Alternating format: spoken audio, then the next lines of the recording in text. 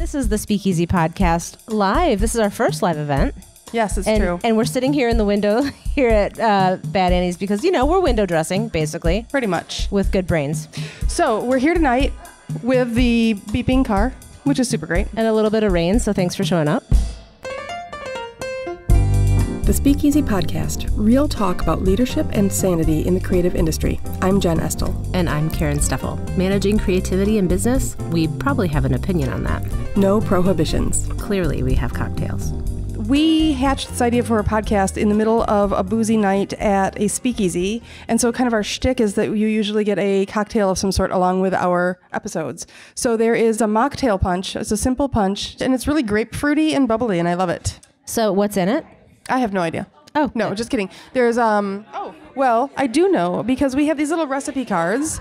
So we've got some grapefruit juice, lemonade, honey simple syrup, which I appreciate, which gives it a little bit of sweetness, and some lime LaCroix. If you want to make it at home, you can always add some Tanqueray as well. Which I would highly recommend if you're the gin kind of gal.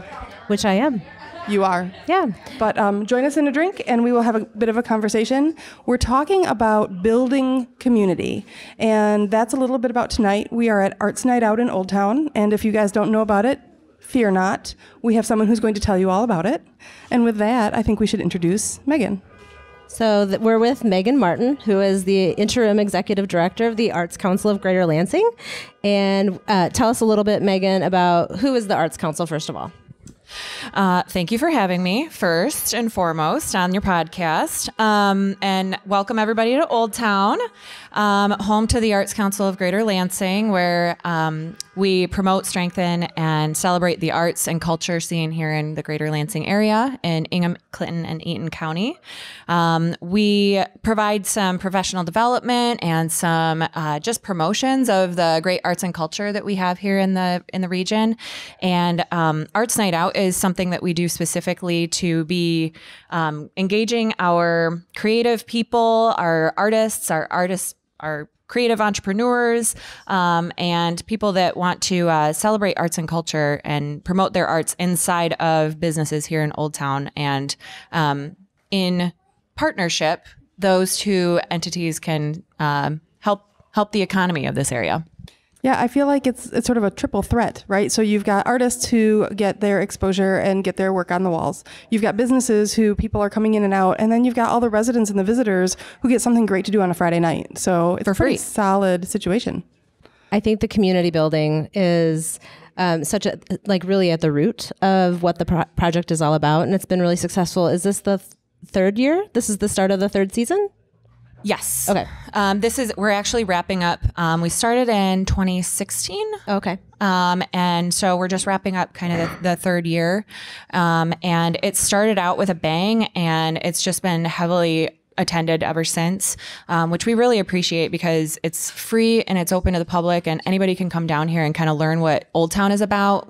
We've done it in other communities. So if there are communities that just want to invigorate the businesses around and instill art and culture, then it's a great opportunity to kind of franchise that out and let them have the package to do it themselves. And, you know, one of the things that I appreciated about it, too, is that if you have ever come to Arts Night Out before, what you'll notice on the street is really vibrant, safe, walkable, dense sidewalks full of people that are really enjoying themselves. And I think one of the things that's certainly a hallmark of one of the key hallmarks of placemaking activities. So I know the Arts Council is really involved in a lot of placemaking activities. Do you want to tell us what's coming up? Sure. So creative placemaking is a language that we've been speaking for quite some time. Artists have been doing it without a name for centuries. You know, putting art up on a wall has been since caveman days, but we're actually talking about it in a way that other people can see the economic opportunity. And so the Arts Council, in knowing the capacity that our artists have to branch into the community, we've started a lot of different creative placemaking projects, and Arts Night Out being one of those, and supporting some other creative placemaking projects through our grant making.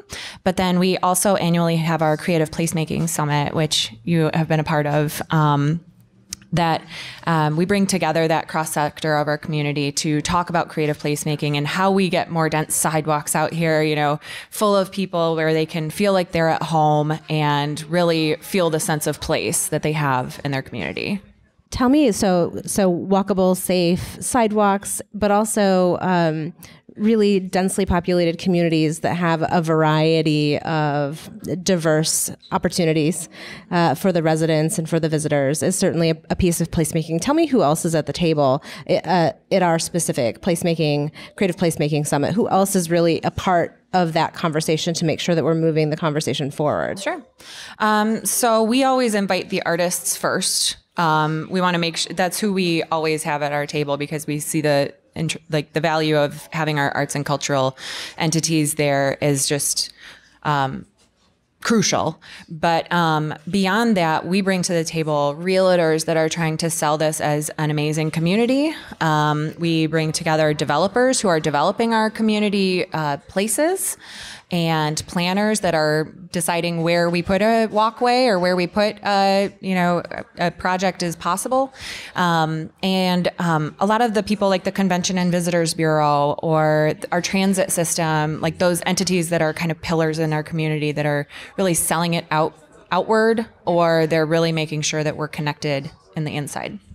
Yeah, and I think what's really important too in those conversations, especially the big conversations, it's very easy to come up with ideas on what would be great to have. But if you're really not having those conversations with the urban planners or the people who provide transit, then you're not thinking long range.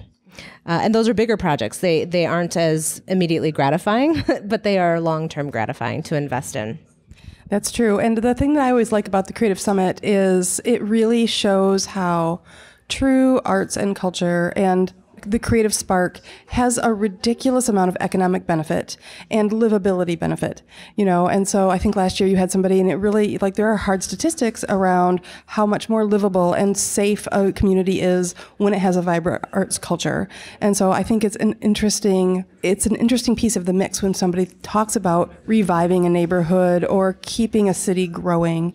We're in the Rust Belt, and so we are not the only city who went through some slump years, right? And watching that art always comes first and everything follows, I think is the most interesting. What do you think is next for, this is the 5th year of the Creative Placemaking Summit. And I know one of the big questions is, how do we keep our momentum moving us forward? What do you think is next? If you had a crystal ball, what do you think will come out of this year's summit? Well, I think in my own way, I was trying to build upon what we talked about last year, which was our identity. This region, we have such a mix and match of different things going on that we sometimes we aren't sure what to pinpoint as our identity. And I think that is such a huge undertaking to nail down. And so right now we're at a point that we can celebrate where we've come from, and that we're starting to feel real emotional connection to our communities. So I'd like to see us evolve even more in talking about that big identity crisis that we might have, and bringing people to the table that we haven't been talking to before, because that's so very important in placemaking or placekeeping, that we're making sure that we're hearing the voices of the people that are in our communities, and we're hearing a diverse group of people that we haven't talked to before, and asking them what they want. If there are people that we haven't talked to before, then let's have more conversations. Let's keep talking about it and see where it evolves. I haven't heard that term placekeeping yet, so tell me about that. So I'll be honest, it's a bit controversial just because, there's certain, I guess, ways that you can look at placemaking as to say that there wasn't something there before. So some people have said that, we don't want to call it placemaking necessarily because there are people that have existed there before. So let's just see how we can keep the place and the sense of place that's there. Just needs a little bit more oomph. Yeah, I know when the rise of the creative class conversation kind of came to the forefront, it was wildly embraced. But then I think it's become a little controversial over time because for that very reason, that it's not about redoing anything, but it may be about sprucing up or reevaluating what the needs of the community are. But it is about protecting, honoring kind of where we're starting and making sure that the conversation includes people and that it's inclusive as you develop so that people aren't pushed out. Right. Exactly. It's interesting, too, because neighborhoods like Old Town, which have a very long history and lots of populations who love the place, you want to make sure you've got space for everyone, right? And let's be honest, everybody loves an old building. Everybody loves quirky stuff and an interesting story. And you can't make that out of ether. That has to grow organically, and you don't want to miss that. Mm-hmm.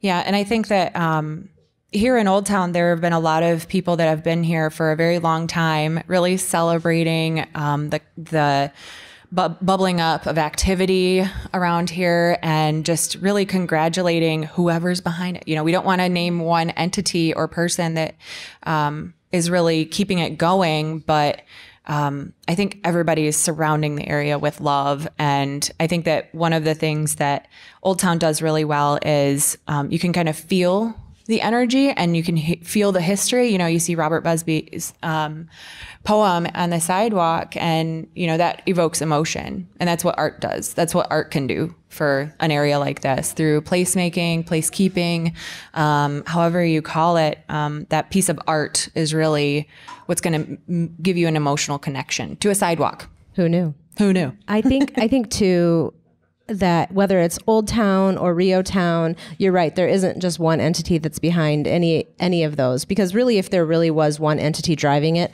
it probably wouldn't be very authentic. It probably wouldn't stick. And it really has to be kind of embraced by those who take ownership in that neighborhood. It'll be really fun to see who the next Old Town or Rio Town is as our region continues to kind of really more deeply invest in itself. And it really will come from those who are there, and it won't come from one entity driving that. You're right. Well, see, that reminds me of brands, right? You can't apply a brand to an organization or to a space. You have to uncover what really exists. And that's where I think placekeeping is an interesting concept, because it's not false, it's very organic, and it's very honest, which I think is kind of nice. Mm-hmm. Okay, so a couple of questions. If you could have one wish for the Lansing community to achieve in the next 5 years, say, what would that be? In the realm of the arts? Sure. Because that's, kind of my wheelhouse. I'm going to be selfish here, but I really like seeing those that are investing in the arts and seeing the value that it has across the community, to find, Lansing Board of Water and Light just invested in the arts, and we appreciate that. And we have the Community Foundation investing in the arts. These big entities that really are trying to set an example of how much activation it does for our community. So I want to see that continue, I guess. Yeah, absolutely. I'd sign up for that. More money. Well, and I think, I feel like you've got, it's a very big wheel, and it takes a minute to get a wheel to spin, right? But once you spin it, you can get up to speed and up to speed. And so those leaders who have sort of invested early can show other people how you can help and how it matters, which is kind of nice. And we're really fortunate too that we have some great grant programs that the city of Lansing is investing in, Ingham County is investing in, that we do have people that are kind of raising the bar around here and saying, like, we value it and we want to set an example, and we appreciate the effort that is going into all of these festivals and art installations, and just want to see that continue because it's fantastic to see. Okay, one more question. Sorry, I can't help it. No, go for it. Something big. What can your average resident do to support the arts? Someone who's not a foundation, doesn't have big pockets. What can the average folks do to support arts in our community and help build that community? Sure. So the obvious answer is to buy local art. Don't choose, Bed Bath & Beyond is fantastic, but maybe choose not to buy your art there and just get your Tupperware there. Buy from local artists. I promise you will have tenfold the emotional investment on top of the actual investment. That's the obvious thing to say, but also, and that's, being places like here, like Bad Annie, I've seen, some of our members' work is in here too. It doesn't necessarily have to be at the local art fair or anything. Our local artists are in shops like this. But also the non-obvious is to visit our arts and cultural organizations, because you might think that that exists there and that's always going to be there. They need support too, and they need to know that they're needed and wanted, because when you have foot traffic through the MSU Museum is one of my favorites. If you're going there with your kid to the free play school day or preschool day, there are people there that have invested a lot of time in that, and they've invested a lot of time in curating this beautiful exhibit for you, and that takes a lot of grant money. And local investment. And they only get that if they have people coming in the doors. And if nobody's coming in the doors, then their grant application is going to look, to put it nicely. So I guess like that we're at Bad Annie's and Megan's not willing to swear. It's going to look like poo-poo. And I think I know, you've challenged me, but there are baby ears in here. Visiting those local establishments that are there, that if you don't take advantage of the amazing world-class art that we have in these institutions, Lansing Art Gallery, Wharton Center, the Broad Art Museum, Windwalker Art Gallery. There are so many different performing artist locations and museums and galleries and everything that if you don't visit them, they're going to go away. Engage. Mm-hmm. Get off the couch. Mm-hmm. Do not spend your money on fake art. Oh, please. And buy Sweary goods at Bad Annie's. That's right. Is that about right? Fuck yeah. That's what I heard. Well, thank you again, Megan. I really appreciate you stopping by. Yeah. I know you probably have lots of other people to visit and making sure that the event's running really well. Well, I do have a long trek across the street over to Arts Council to make sure that our exhibiting artist is getting a lot of foot traffic, and it looks like she is. That's great. Can you tell us where to find you if someone wants to check you out online or on socials? Sure. We are at lansingarts.org, and also for the Creative Placemaking Summit, we're at lansingplacemakers.org. And hashtag My Arts Night Out if you want to see kind of what activities happening tonight and any night. We're on Instagram, Facebook, Twitter, Pinterest, all the important ones. Fantastic. Thank you. So this is kind of part 2 of our live podcast. Welcome everybody back to Bad Annie, Sweary Goods in Old Town. Woot woot! Yay! And so in our last segment, we talked to the interim director of the Arts Council, Meghan Martin, who certainly leads the team that develops this program called Arts Night Out, which is where we are perched up. And we're going to have a conversation soon with Summer Schriner, who owns Bad Annie's, and Grace Designs, both here in Old Town. So yeah, we'll see her rush in because she's closing one shop so that she can get to the other so she can humor us for a while. The good news is I think we kept it pretty clean the first half because, Megan was cognizant of being the executive director of this event and didn't want to drop the F-bombs. But we don't have to do that anymore. And Summer is a bad Annie. She really, really is. Yeah. And what's really fun is in our last segment, Megan was talking about placemaking or placekeeping, which I thought was really fascinating. One of the books, when you and I have both served on the Old Town Commercial Association board, other committees. And when I first came down to Old Town, one of the residents who said, "Oh, you're going to get involved in the organization, the Commercial Association, read this book." And it was a Jane Jacobs book from the 1960s called The Rise and Fall of Great American Cities. And so the word placemaking doesn't appear in the book, I don't think. I don't think it existed then. No. But so she approached how cities become great from an urban planning standpoint. And so she's even today, controversially so, but still kind of regarded as the best urbanist ever. I don't know. We'll call that. But she really, the way that she talks about walkability and density and what you have to have around every corner to engage people really it's almost like she invented placemaking or started talking about it back in the 60s. And so I pulled that book out last night and flipped through it because I had dog-eared some things. And some of her thoughts and ideas really are very true today. And I think the reason why she's controversial and the reason why people give pushback is because we still haven't achieved what she sought out to achieve so many years ago. And I don't think anybody disagrees with the fact that placemaking is important and building your community is important, but the wherewithal and the wherewithal to do it, to maybe sacrifice profits in order to do it, or roll up your sleeves and spend the hours of labor that it takes to do it. It's hard work and it's hard for people to commit to. And that's why we're really lucky to both of us have our businesses in a neighborhood that has done that in spades. I feel like I've been in Old Town a really long time, but you've been in Old Town a really, really long time before it was a place to be. Yeah. So I've been in Old Town for 20 years. And I'm certainly not the pioneer by any stretch of the imagination, but 20 years ago, my block, the 100 block, was completely boarded. And Estes Furniture, which was a, kind of the destination furniture store for downtown Lansing for folks who lived here, certainly upscale, it had closed. It had been closed for a decade. And when I came down here with my business partner, all the windows were boarded, and there was a little porthole that you could see into what is now my office. And it said, "We'll build to suit." And you could see, exposed beams and electricity. There had been a rave there. There was a lot of wetness.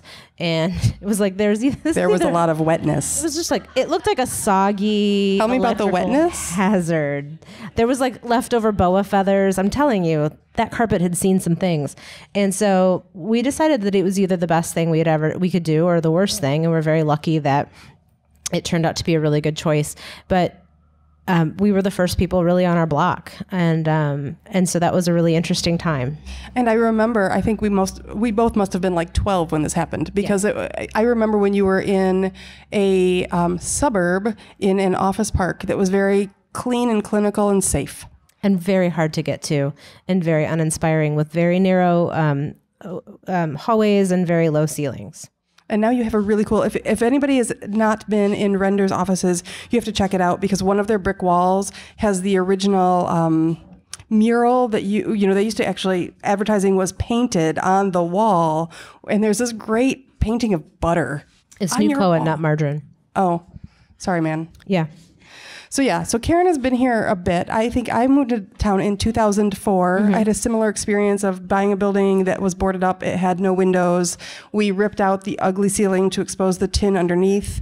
And that is just one of 100 stories about how this neighborhood became what it was and how people built this place that we all now are coming to for drinks and dinner and arts and activities and festivals, which is not the way it was before. No, and really to accomplish it all, it really takes the efforts of every single person who feels passionate about their little piece of the pie. So whether it's about the flower pots, whether it's about weeding, whether it's about making sure the trash is picked up or that the festivals are well attended, everybody kind of has to take their slice of the pie and make it happen. And speaking of which, speaking of passionate pie, speaking of passion and Sweary goods, we're going to be joined here by Summer Schriner. Yay, Summer! Here she is. It's Bad Annie herself. Bad Annie is now the window installation in Bad Annie's. What? How did that happen? Fancy.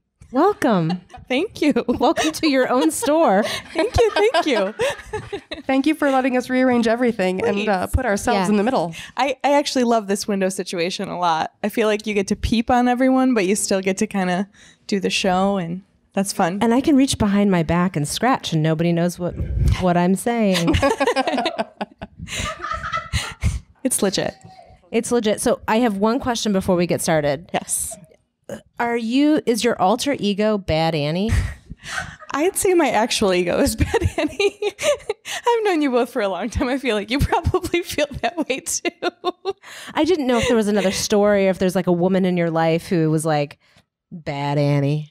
No, I feel like it's the side that everyone has that you're not really allowed to have in your normal adult work life.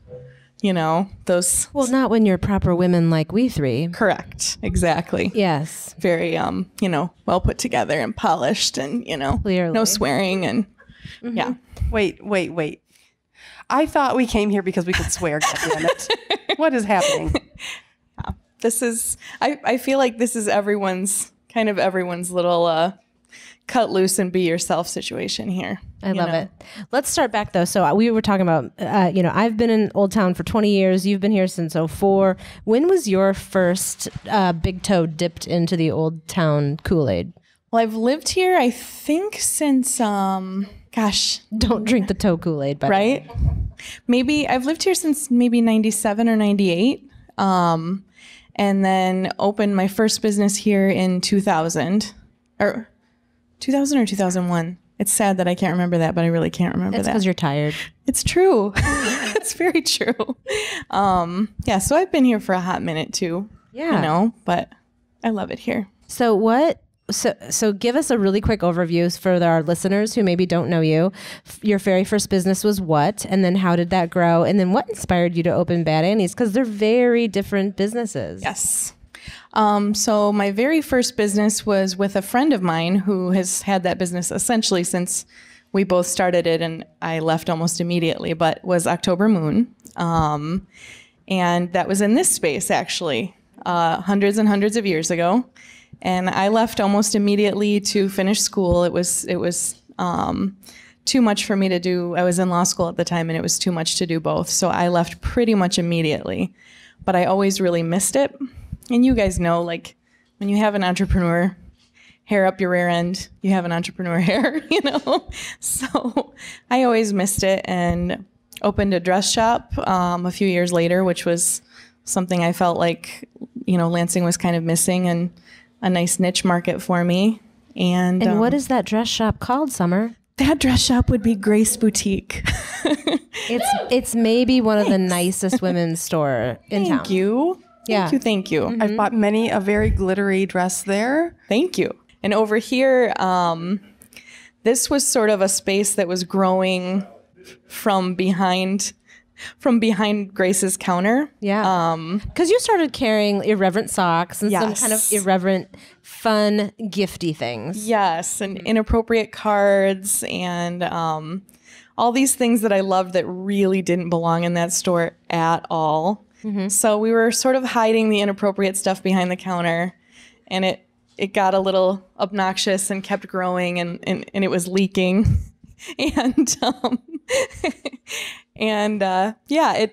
It really took on a life of its own and needed to be something of its own. So our theme today is building community. So I want to make sure we stay on topic as much as, I'm able to stay on topic, which is a pretty wide margin. But do you feel like your clientele actually has a lot of overlap? Because I would just as likely buy that dress as I would those socks. Well, yes. And I want to know, I still have some more questions about opening a second retail shop, but proceed. Definitely, yes. The overlap has been a really pleasant surprise for me because, to be honest, I was pretty nervous about branching out over here. That a lot of our clients at Grace would, be a little judgmental of this place and kind of, I don't know about that. I worried that might reflect badly on the other place. So I tried to warn people as well as I could and prepare people as well as I could beforehand.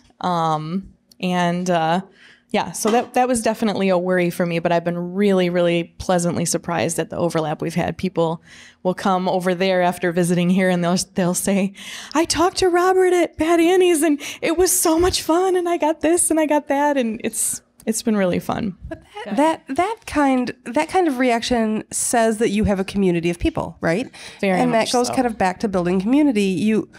Do you feel like the people who are patrons at Grace are there because they need dresses, or are they there because they love you and they love the store, or all of the above? I hope all of the above, honestly. But I do feel like the success of that place and what allowed me to have this place is 100% this community. I mean, in a million years, I never would have opened anywhere else, and I don't think I would have survived anywhere else. Yeah. In our first segment, Megan said how important it is to support local businesses and not shop at a more generic store. And this kind of community has helped that happen for you, maybe? Completely. I feel really, really lucky.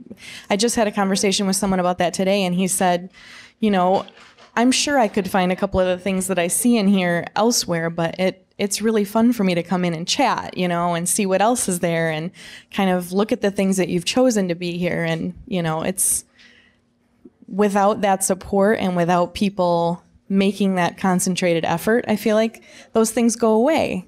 It's really funny because Megan said the exact same thing about Jen's question was, how do you support, like, what do you want people to know? And she said, buy art from local artists. Absolutely. And go and visit the venues that are putting things on, whether it's Wharton or Broad or etc.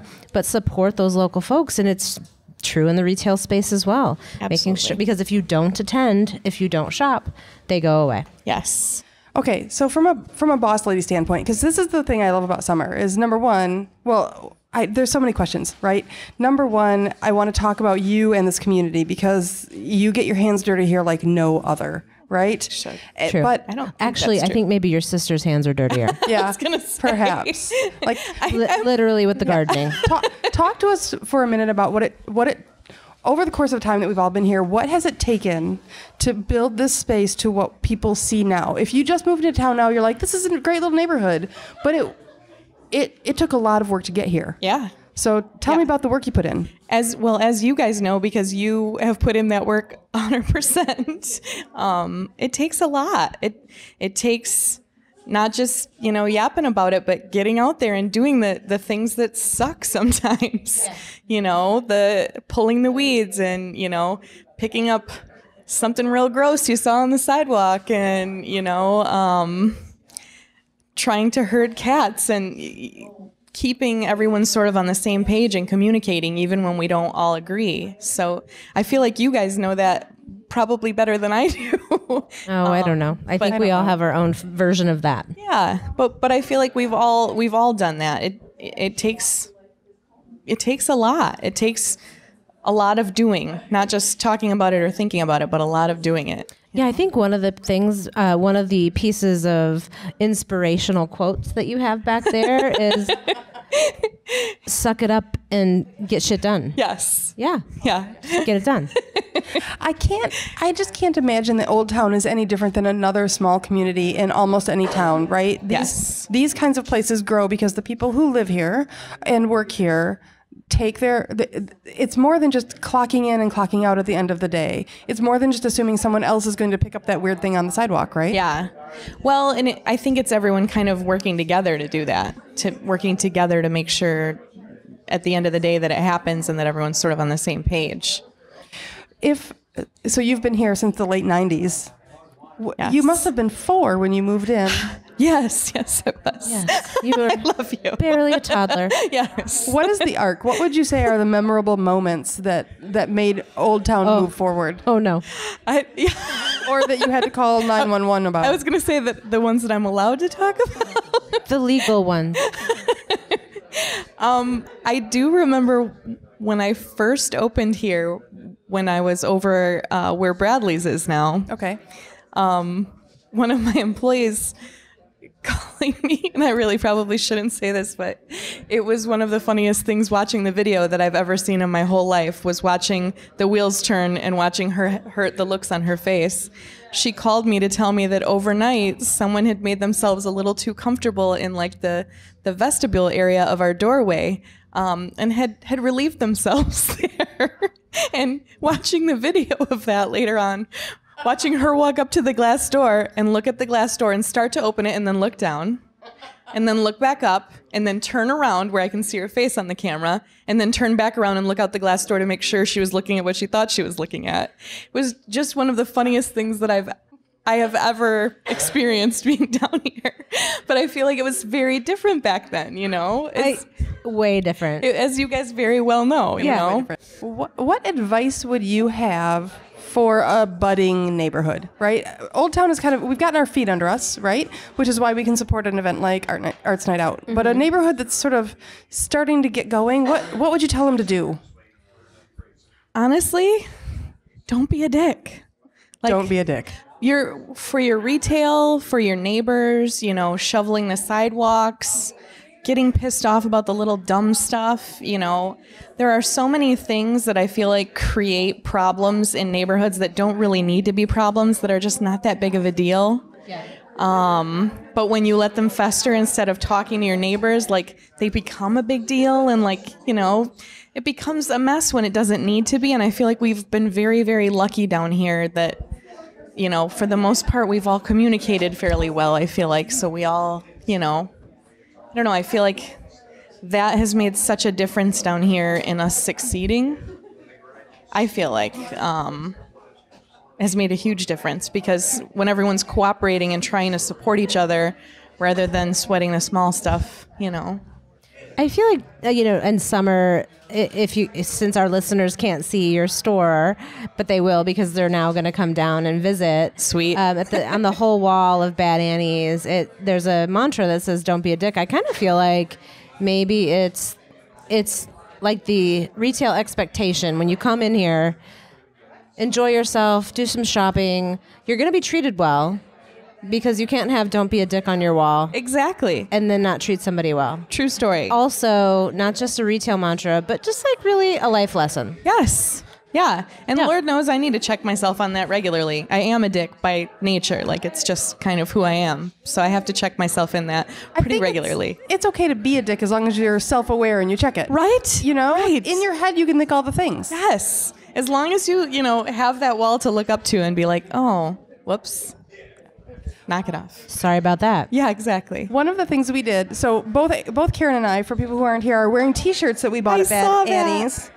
And I love them both because what I love about mine is make Margaret Atwood fiction again. Yeah. You only get it if you get it. Yes. You only get it if you're smart enough to get it. Very true. So I Or love your smart humor. enough to Google it if you're, you know, not so sure. Right. Right. Right. And yours kind of has a challenge on it. Mine is more of a mission statement, because while it's love thy neighbor, which is a lovely, lovely life mission to live. It's not just love the neighbor that you love, but it's, you know, maybe love your neighbor doesn't agree with you. Maybe your neighbor is maybe a bigot or a racist or maybe a dick. Or a dick. Yeah, maybe your neighbor is a dick and you should love that person anyway. And you know what? Here's the deal. I told Jen what T-shirt I chose to wear tonight, and she was like, "Oh, that's a tough one. I saw that one." And my whole thing is like, intolerance has become so easy that somehow tolerance is the harder part. And so just like maybe if we show each other a little bit more love, maybe tolerance would grow. And that's part of what I love about the store, because it's what I like about being in here is you're shopping and you see people come in and they just like burst out laughing out loud. And it's the funniest thing to see somebody just burst out laughing. I love that so much. What has been your favorite, most rewarding, honestly, part of building community, being a part of building a community? That's tough, because honestly, I feel like being down here, there's a lot of awesome stuff being down here, as you guys well know. But, you know, my favorite thing about having the community that we have down here is like the Sunday after a big event, when you're, you know, there cleaning up after it, and you're with your friends who are like also in the dregs and, you know, have to clean up the puke and the cigarette butts and the nonsense that happens after a big festival, but you know you had a good festival situation. Those are my favorite and most rewarding days, because everyone can laugh about the event the day before and like relate to it, but you're all working together to get the ugly shit done. Yeah. You know what I mean? Like, those are my favorite times because everyone relates to that, you know? You know what's really funny? That's really not that different than a family, right? Yeah, exactly. Like it's just as rewarding to come off a bad time and to come through it and realize you can come through it as it is to have, you know, shiny, pretty days. Absolutely. And it makes the tough stuff so much easier when, you know, you all can laugh about it together and be there together and do it. I love that. Like, yay, I'm picking up some dog poop. Right? How fun was that? Here's another hobo turd. Here's one more turd for you. I sort of feel like you just encapsulated the whole thing, working together to get the ugly shit done. Yeah. I mean, that's what it takes, right? No joke. And when you take the time to do the ugly shit, and when you do it with friends, it's a lot more fun. Way more fun. Way more fun. And worth a laugh. Yes. And then all the beautiful things come after. So true. All those hands in the light work. Right. And all those toes in the Kool-Aid. Yeah, sorry. I'm not great at metaphors. I don't know where it came from, but I liked it. Yeah. It just makes me picture like a big vat of Kool-Aid underneath you guys and somebody like dipping a toe. Oh, it's like It's really more like a baby pool of jungle juice. sweet. Ooh, I like that. Yeah, that's more my style. That's a very, very old town kind of pedicure right there. is. yeah. Yeah. You think that hasn't happened? I was going to it's say, happened. Oh, and yeah. I feel like we know the people who'd be drinking out of that kiddie pool. I cut those orange slices. I think we should be doing that next weekend. That's probably our go. I bobbed from some apples in that jungle juice. It sounds like One an agenda. Halloween. It sounds like a really good plan. All right. Before we really let you go, can you tell us where people can find you online? Yes, you can come and visit our new website, and it's got a few hiccups, so I apologize for that. But No, start over. Don't apologize. Don't be a dick. we're at www.swearygoods.com. And we'll work on your fancy phones and on your fancy computers. Yeah, it's all sorts of technology happening there that is very foreign to me, but it's working. And also on the socials. Oh, yeah, where you can find us on... You're on Instagram Yep, at on Instagram Bad at Bad Annie's and Facebook at Bad Annie's Sweary Goods. So, yeah. So check it out. If anybody needs a gift for themselves or from someone who you just need to brighten their day, definitely come down to Old Town and come to Bad Annie's. And if you need more upscale things for an upscale thing, you know, and be uncomfortable in some beautiful, beautiful goods, go to Grace. Thank you guys so much. I appreciate it. We love you. Thank you for Thank you coming. Too. Thank you for being hosting here us tonight. and allowing us to be the mannequins in your front Thank window. you. I love it. I'm hoping you do a little voguing out there, you know. There's a lot done. of opportunity. Done. Thanks, guys. Thank you so much. Thank you. And to everybody who's listened to us tonight, thank you very much for your time. So what are we talking about next time? Oh my gosh, we are talking about, well, some of us were raised to believe that to talk about money, politics, and religion, it had no place in our conversations. So that means we're definitely diving into a discussion about money and pricing specifically. Join us next time as we sharpen our pencils and talk about how we derive pricing and how we communicate it. Cheers. Cheers. Thanks, everybody.